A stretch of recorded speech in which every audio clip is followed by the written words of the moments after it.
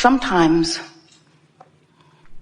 that vibration of desire is really active within you, but you are in a vibration of doubt. So even though the desire is passionately active, because of your current belief, you're muting it so you don't get to feel what pure desire feels like. But we do. Every time you sift through contrast and you launch a rocket of desire, we have the benefit of the freshness of that new perspective and that new asking. When you are a vibrational match to your desire, it is sublime for you too. But you're usually not there, especially in the beginning, because sometimes,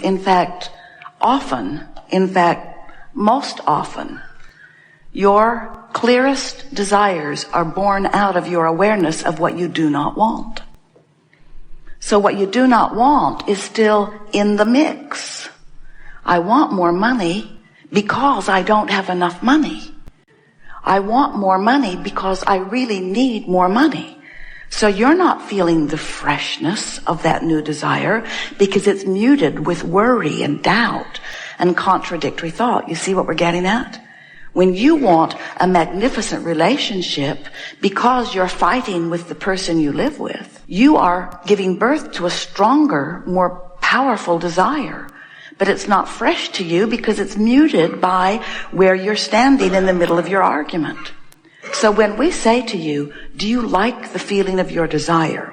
What we're really setting you up for is the awareness that you're not ever going to really like the feeling of desire. You're not ever going to really feel the freshness and the pureness of a desire until you figure out how to be a vibrational match to it.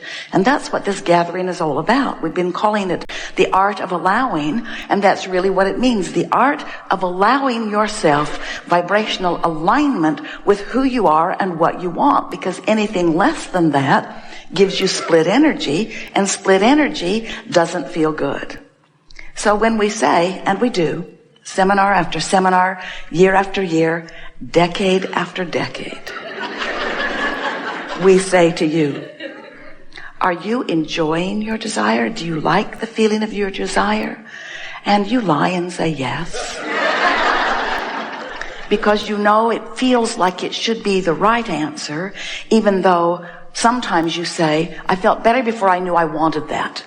Because now I know I want that, knowing at the same time that I don't have it. I want it, don't have it. I want it, don't have it. I want it, don't have it. I want it, but I don't know how it's going to come, when it's going to come, where it's going to come from, who's going to bring it, who's going to be involved in it. And so you just keep badgering yourself with these questions to which you don't have answers. And in the process, you don't like the way your desire feels. So much so, we were talking to someone one day, wanting to get this person focused in the direction of desire. And this person said, well, I don't really know what I want. And so we started listing some things that we knew very well that he wanted. And he said, oh no, Abraham, I don't want those things. I already have those things. Not even understanding that what desire is, in other words, he was associating the feeling of desire with that angst, that yearning. That's the way you feel when you want something you don't have. That's what wanting is. That's what desire is. And really, the definition for want might be being without something. Want of something. Need of something. But we want you to sort this out vibrationally. We want you to know that when you have a desire for something and you are in the vibrational vicinity of it, then that feels interesting to you. It makes you feel frisky. You feel eager about it. You feel passionate about it. You feel full of life. You wake up thinking about it. You want to work on it during the day. You want to ponder it, whether it's a relationship or an empire that you're building, whether it's a project that you're working on. It doesn't matter if it's a circumstance or an event or a relationship or just a plain old pile of money. It doesn't matter what it is that you think you want. The reason you want it is because life has caused you to expand to that new place. And this is the part that most of our physical friends don't get quite yet. Your desire is already vibrationally complete and being held for you in the vibrational escrow account that we've been calling vibrational escrow, vibrational reality, and now we are telling you it's in your vortex of creation. We know what it must be like for those of you who are trying to explain what goes on here to those who aren't here with you. Where were you? It's easier to just tell them you're having an affair with someone, isn't it?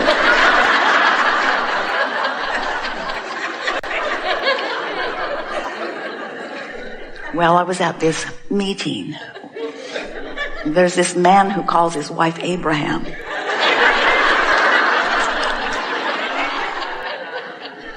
And she must be some sort of split personality because she refers to herself as we. And she has this thing she's doing lately where she points at the floor in a big circle and insists that it's the vortex. And tells us that everything we want is in there, that we should go in. No, we can't see anything in the vortex. No. So we know that we are stretching you into some different ways of looking at things, because unless you are willing to accept that you are a vibrational being who lives in a vibrational universe, then you cannot begin to understand how things are happening in the way they are to you or to anyone else. In other words, until you make the conscious association between the source energy part of you and the part of you who is here focused in your physical body, you have no real guidance. You can't begin to consistently move in the direction of that which you are becoming. Most physical beings, almost as soon as they are born, begin monitoring their behavior and measuring it against the results that they get from other humans. So if you behave in a way that pleases the humans who are near you, they smile and they reward you with words and behavior. But if you displease them, you know that right away too, because they frown and they withhold and they punish. And so, without meaning to, you've been trained away from your guidance system by well-meaning others who are doing something that is virtually impossible. They're attempting to sort out all manner of manifestation and put it into piles of good and not so good and less good and really less good and terrible. They've sorted out these piles and then they join together in groups as they try to protect their piles. It's such an interesting thing, the limitation of these piles. And what we're encouraging you to do is, rather than trying to join the group with the loudest voice or even the group with the strongest influence on you for whatever reason, we're encouraging you to try to let go of the influence that others have set upon you while you reach for the influence of the source within you. We want you to realize that you were source energy before you came forth into this physical body. And a part of who you eternally are is focused now here in this body. So here you are, just like you knew you would be, sifting and sorting and expanding, coming to constant new conclusions about what would be better, how the world would be better, how government would be better, how your community would be better, how your body would feel better, how your personal circumstances would be better, how this relationship would be better, how that situation would be better, all day, every day, launching those rockets. And what we want you to know is that each time you offer one of those requests, it is pure to us. In other words, we stand in your vortex receiving your request. Your inner being becomes the vibrational equivalent of each and every request that you set forth. But as we said at the beginning of our conversation here with you today, often you don't go with your rocket. You stay outside the vortex, so to speak, justifying why you need or why you want the improvement. And as you beat the drum of the injustice that you're living, I don't have enough and it's not fair, and I've never had enough and it's never been fair, and those people around me don't have enough and that's never been fair. What you do, you don't mean to, but what you do is you keep active in yourself a vibration that prevents you from joining the vibration of your desire. That's why your desire doesn't feel good to you. Your desire doesn't feel good to you when you doubt it. Your desire doesn't feel good when you don't believe it. Your desire doesn't feel good when you don't feel worthy of it. Your desire doesn't feel good when you are in a state of blame or guilt or anger or frustration. When you feel those negative emotions, what it means every single time is, oh, you launched a desire. Yes, you did. And your desire is with the larger part of you and is present tense in terms of the vibrational creation. But as long as you are feeling negative emotion, it means you're not up to speed with your desire. And that's logical in many cases, isn't it? Because what's been happening and what you've been observing is usually the reason that you're offering the vibration that you're offering. Most people are responding to what's happening around them. If someone is rude to you, maybe somebody you love, maybe somebody you don't even know, but if someone is rude to you and you observe their rudeness, you usually have a knee-jerk response to that. And if you keep it up, you're going to develop a pattern of believing that people are rude, or of believing that you are inferior in some way and attracting it. In other words, you're going to get a complex if you keep focusing upon things that keep happening and keep them active in your vibration.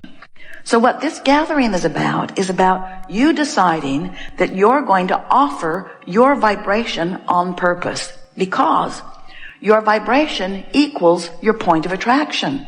The law of attraction, which is the powerful law that manages this universe and everything that exists, it is a law that responds to vibrational frequencies. And the only reason that humans aren't more keenly aware of this law is because most humans are unaware that they have a vibrational frequency. They're not putting it together. They're not noticing that their emotions are the key to their alignment or resistance to the vibration of who they are.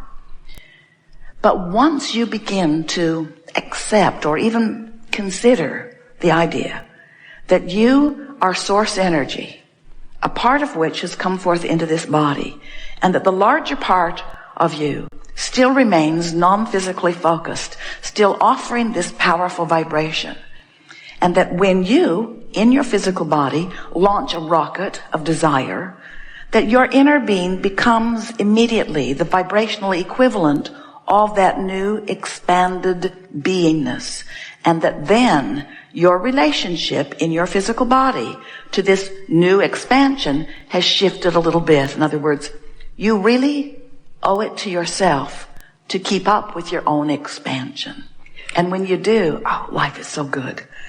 You get an idea and it feels foreign at first, but then you ponder it and you consider it and you make it more familiar. You practice it, you visualize it, you bring yourself little by little into alignment with it. And when you do, when there's no resistance offered within you, when the vibration between what you want and what you're thinking here and now are the same vibration, it manifests all over the place for you.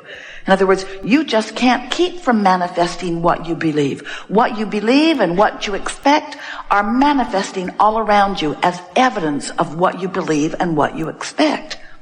But humans don't tell the story that way usually. They don't say, I get what I think about. They say, I get stuff and some of it I like and some of it I don't like, but I can't figure out what's the common denominator. I think that I am living a karmic response to past lives. It must be something like that. No. I know what it is. I know what it is. There's a conspiracy against me. I think it's the government. No. I know what it is. I was born into the wrong religion and I'm being punished for that. You come up with really screwy things. Or you say, it's my employer's fault. That's a big one. Oh, here's the biggest one of all. It's my mother's fault. I'm certain that we got off on the wrong foot. If she had been wiser, things would have gone better for me. And what we're wanting you to realize is, You learned a lot of vibrational patterns from a lot of different places, but the bottom line is your vibrational pattern, what you believe and what you expect, is what you're getting. It's what you're getting. It's what you're getting.